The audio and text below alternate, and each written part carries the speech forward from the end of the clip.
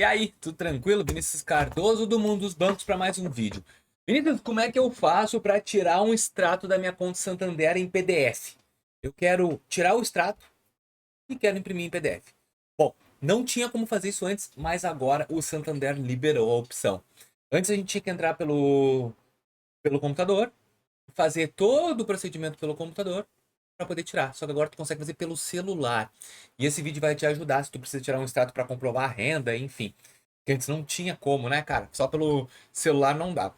Mas vou te mostrar como é bem simples e prático tirar o extrato da tua conta em PDF para te poder, sei lá, comprovar a tua conta em alguma conta salário, alguém que precisa, porque às vezes eles te pedem isso para exatamente saber a agência e a conta correta. Mas vamos lá. É bem simples o tutorial e bem prático. Eu já peço que tu deixe teu hype se realmente esse vídeo te ajudar. Beleza aí? Vamos lá. Tu vai clicar aqui, ó, no Santander. Ah, a tela, eu tenho que gravar a tela porque o Santander não deixa mais a gente gravar a tela, tá? Então tu vai clicar aqui, ó, exatamente em saldo e extrato. E agora tu vai ver que tem esse botão novo, ó, extrato mensal consolidado. Tu vai clicar aqui.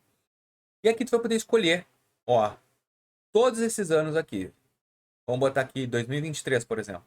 Ah, tu queres de dezembro de 2023. Tu vai clicar aqui e ele vai gerar, ó, todas as movimentações, só não vou botar aqui 2023. Vou botar 2026 para te ver que realmente é um extrato bem confiável, tá? Ó, 2026, vou botar julho e ele vai te mandar esse extrato todo aqui, ó, a movimentação toda de julho, ó.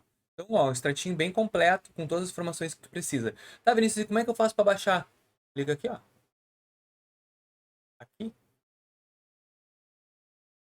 Ó, salvar em arquivos. Ele já tá, o documento em PDF, ó, ele já tá em PDF, então ele já vai poder gerar. Eu ou salvo em arquivos ou eu mando até pelo WhatsApp para alguém. Então, se tu deseja mandar direto para a pessoa, já manda. Ele vai mandar consolidado. Só vou fazer o teste aqui para vocês verem, ó. Eu vou salvar em arquivos. Vou salvar. E agora eu vou ali abrir o arquivos. Acho que eu já tava nos arquivos aqui, já. Pré-visualização. Ó, vou botar arquivos de novo aqui porque eu me perdi. Então,